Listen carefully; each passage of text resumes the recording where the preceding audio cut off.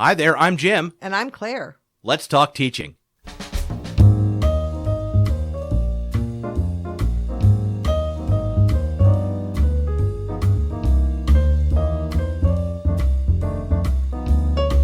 Welcome to Let's Talk Teaching, a podcast from the Center for Teaching, Learning, and Technology at Illinois State University. I'm Jim G., and joining me today is Dr. Claire LaMonica, our director here at CTLT. Hi, Claire. Hi, Jim.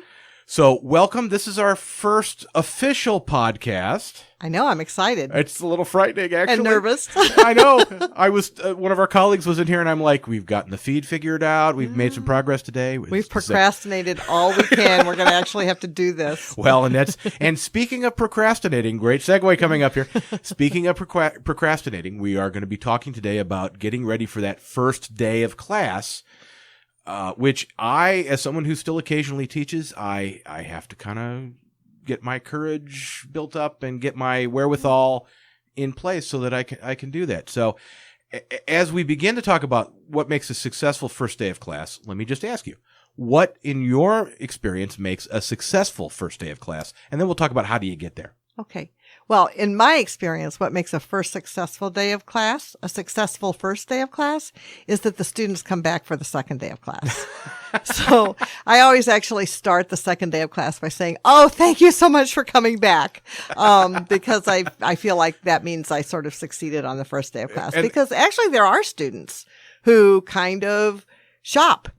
You know, they go to maybe some extra first days of class and then they finalize their schedule. I don't know if they can still do that so much. It used to be maybe more prevalent, but yeah. And maybe now, you know.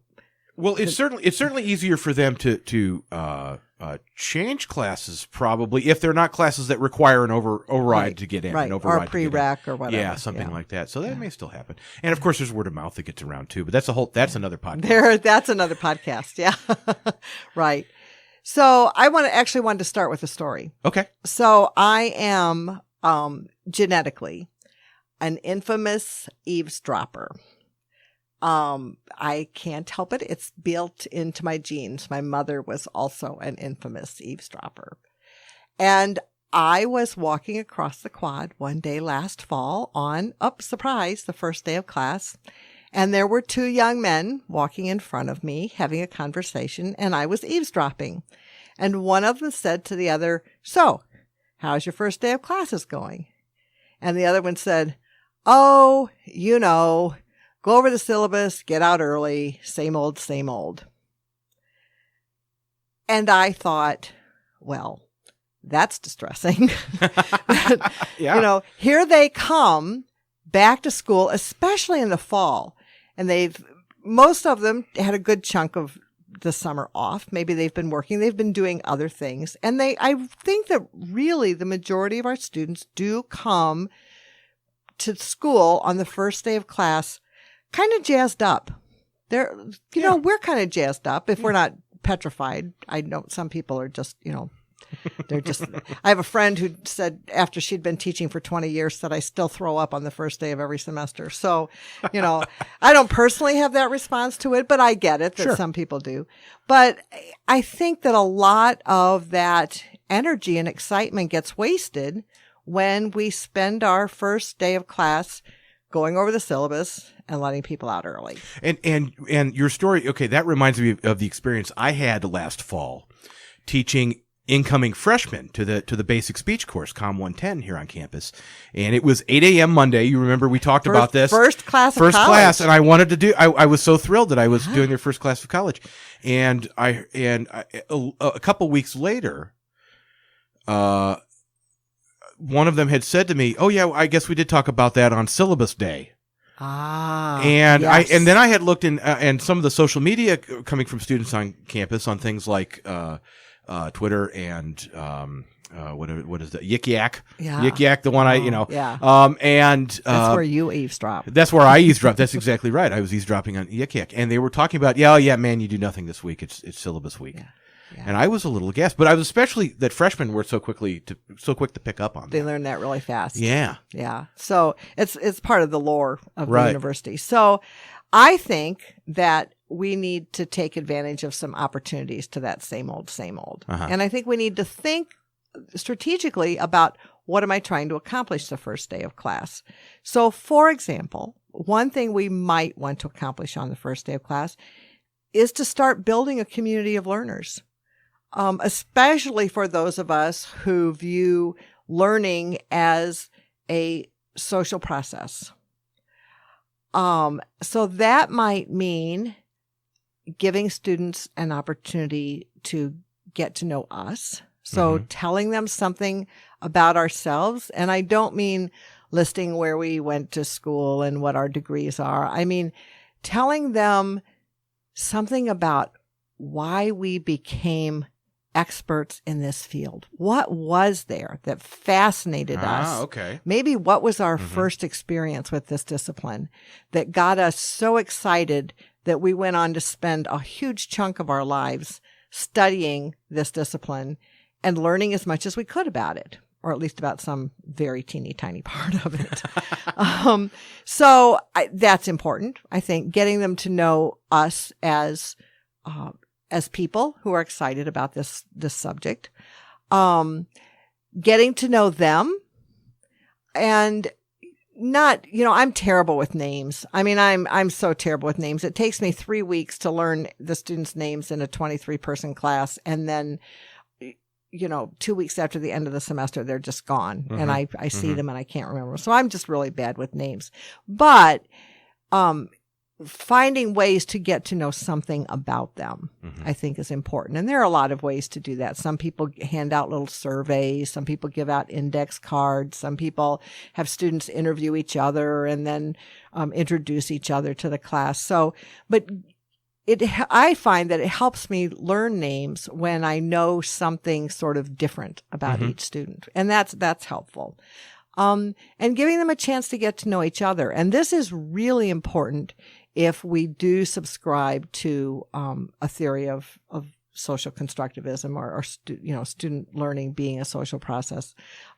So maybe having them interview each other, whatever it takes. I'm always kind of sad when I get to the end of the semester and a student says, that guy that sits in the corner, and they don't know that student's name. Right, and right. They've been in class together for 16 weeks. And so I feel like giving them a chance to get to know each other, which I might have said twice. So now let me ask you, do you have suggestions if I'm teaching, say, a large lecture format course? Because you and I both, for the most part, I think, have taught more seminar-sized courses in the past, and the size of the class always seems to be kind of the caveat whenever we talk about best teaching practices around CTLT.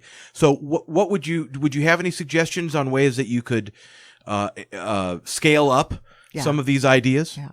I think I would first of all take that index card idea and hand each student an index card as they come in, and then have maybe 4 or 5 questions up on a PowerPoint at the front of the room and ask them just to address those questions. And they might be something like, what's your preferred name? What do you want to be called? Or they might be things like, have you ever taken a course in this subject before? What's your burning question about this course, or about what do you think we're going to be learning in this course? Just some things to sort of, and they can hand those in. You can collect, 300 index cards pretty quickly. They can drop them in boxes as they leave, if nothing else. So that's one thing. I also think in a large lecture class, having them get to know the students on either side of them, and maybe front and back. So, rather than thinking of the community of learners as those 300 students in that class, maybe it's those 3 or 4 students that sit in close proximity to each other. Right. And they get to know each other. And some instructors ask them to exchange information. So what's your ULID? If I miss class, can I email you and ask for the notes? Kind of a learning version of a swimming buddy. Yeah. Or something like that. Yeah. So, so those are some ways that you can sort of scale it up for a large lecture. I also think an important thing to do on the first class is to engage students in ongoing processes and procedures. So if there are certain things that you're going to expect students to do, maybe every class, or at least with some regularity, engage them in those the first day of class. So, for example, I often teach writing classes. Right. And it is an expectation in my writing class that when you get to class, you will open up a document and you'll start writing. And I usually provide a prompt, and it's usually online. So in this day and age, it would be in ReggieNet. And so on the first day of class, before students do anything else, I may say, hey, open up a document. Here's where you're going to find a prompt. Let's spend a few minutes writing, because this is a writing class. And that writing it might be an introduction of themselves. It might also be a sort of prior knowledge assessment. So my favorite first day writing assignment for a long time, maybe still, is tell me what you already know about good writing. And that's very revealing when I read those. I bet it is. And that's something that can be applied across the disciplines too. It doesn't have to be, you can tell me what you know about chemistry, or tell me what you know about communication theory, or something like that.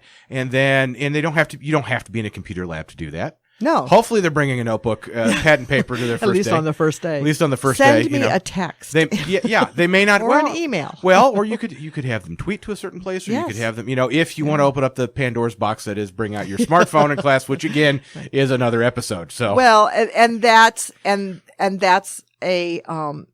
that's a nice thing to think about, is introducing them to the culture of the class. So what are your expectations about technology and about smartphone use? If you're going to use smartphones for learning, hey, pull them out the first day and let's use them, and get them thinking about that piece of technology as a learning tool rather than a texting home to mom tool. Yeah. This class is boring. Right. Help, get me out. Right. You don't really right. want that going on. So quickly along those lines, when you're talking about, oftentimes I teach an evening course that's 3 hours long. Yeah. And so having a portion of that first day be That's kind of the like first week. The first week. It is the first week. And so there's a lot to accomplish.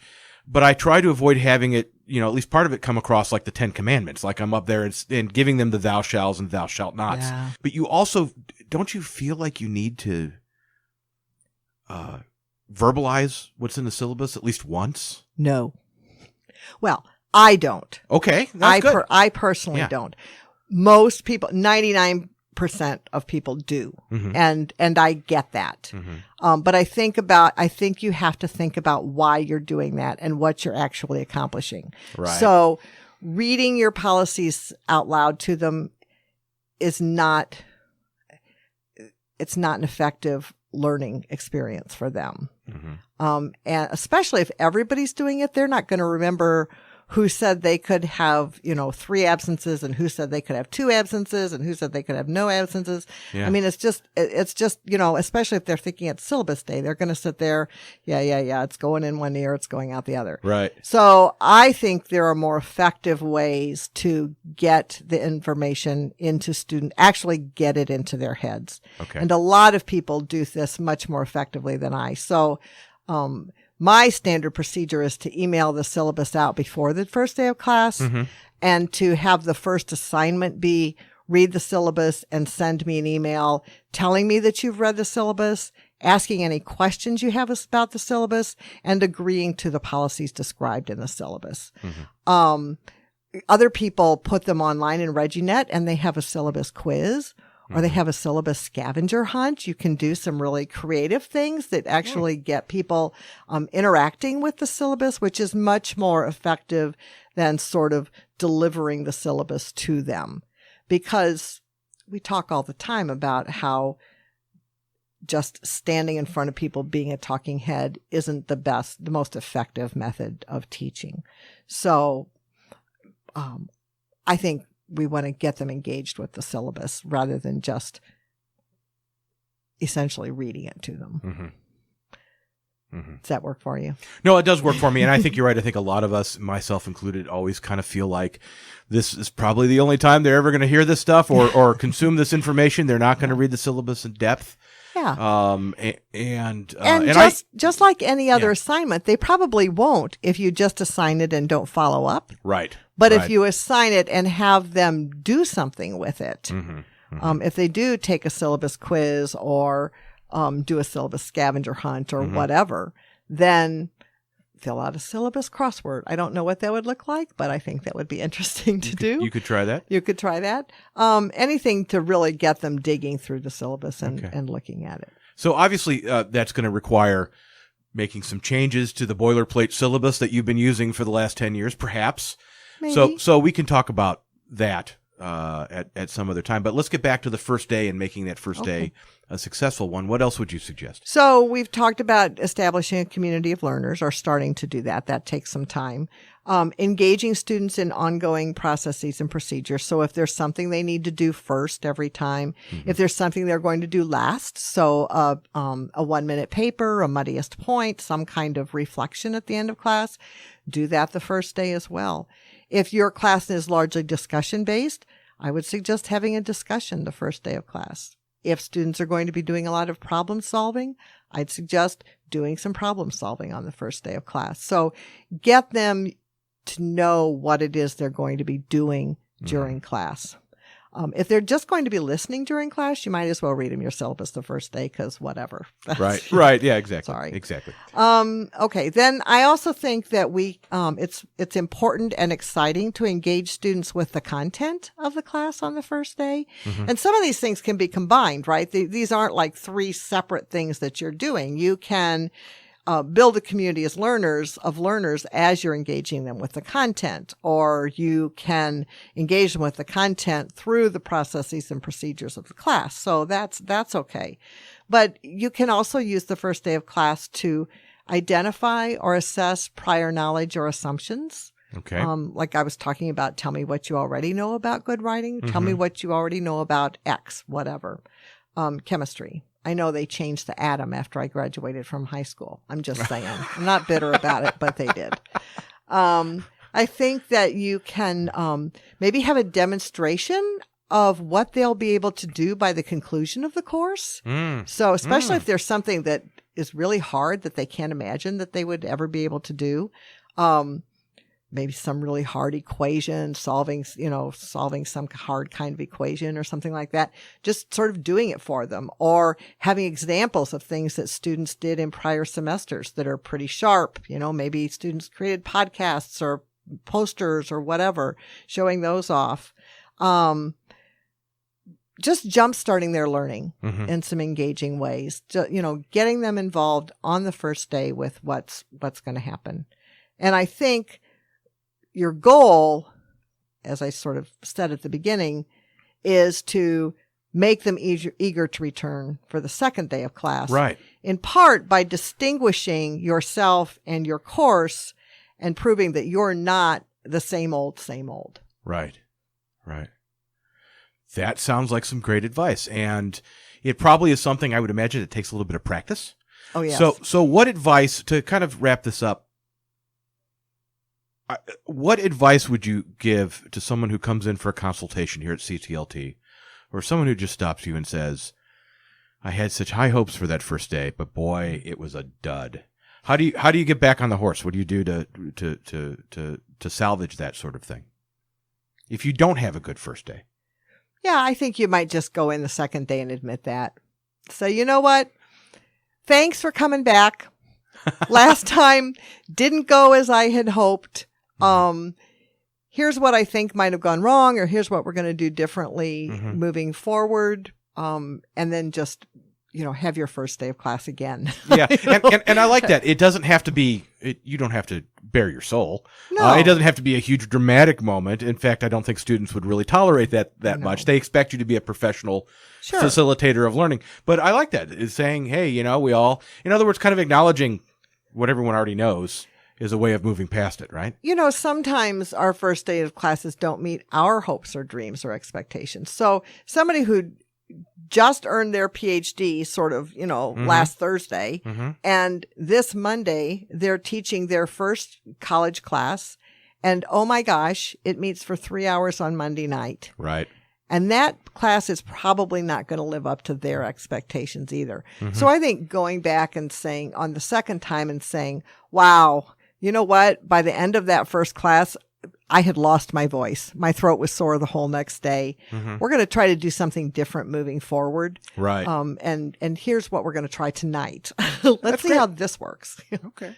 That's great. So what was your best, final question, what was your best first day of class? And I would say either as a teacher or as a student. Do you have a particularly memorable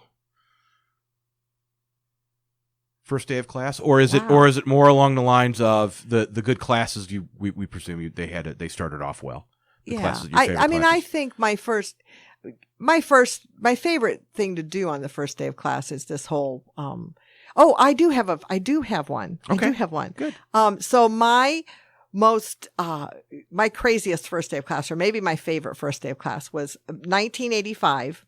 And I've just been hired as a part-time instructor in the Department of English. And I got a letter inviting me to come to new writing instructor orientation. And that was the week before classes started. And I went and I found out that starting that year or the year before, all writing classes were being taught in computer labs. And I, hand to heart, had never touched a personal computer before. I had no idea. I walked into this computer lab and I thought, I'm going to have to quit this job. I don't know how to operate these machines. So there are a lot of, if a lot of students heard you say that, they just couldn't fathom it. But I bet there are probably a lot of faculty members right now who can't imagine not having, being in that position either. Wow. So that year, 1985, I think it was, my first day of class was teaching the students how to use the computers because the students didn't know either. Yeah. And so I had the assignment, tell me 10 things that you already know about good writing. Uh-huh. And I phrased it that way because I had to teach them really basic things like you don't have to hit return when you get to the end of the line. Seriously. Yeah. We're all looking around for the return button. Right. I said, you just keep writing and it automatically goes back over to the left. It's so cool. We were all so excited. It was just crazy. But I also had to show them how to save, Control K. Yeah. And how to turn on the computer, how to turn it off, how to save, how to print. We had these printers, with the round holes on the edges, and they all went awry, and the students' papers came in all crooked and everything. So, that was probably my most memorable first day of class, and I loved it. I mean, by the time I'd been working on a personal computer for a day, I thought it was the best invention ever. I didn't want to go home that night. I called my husband, hi, can you fix dinner for the kids? Because I'm real busy learning how to use this thing. So I thought it was awesome. And I think the fact that I was really excited about it, it probably helped make that a pretty exciting first day of class for all of us. Right. Well, Claire, thank you so much. Thank you so much for talking to us about making that successful first day of class. I guess maybe our next podcast will have to be the successful second day of class. Oh, no. This could go on for a while. This could go on for 16 weeks. So that's all the time we have for this week's episode of Let's Talk Teaching. You can find out more about the Center for Teaching, Learning, and Technology on our website. That's ctlt.illinoisstate.edu. Until next time, for all of us here at the Center for Teaching, Learning, and Technology, I'm Jim G. Thanks for listening.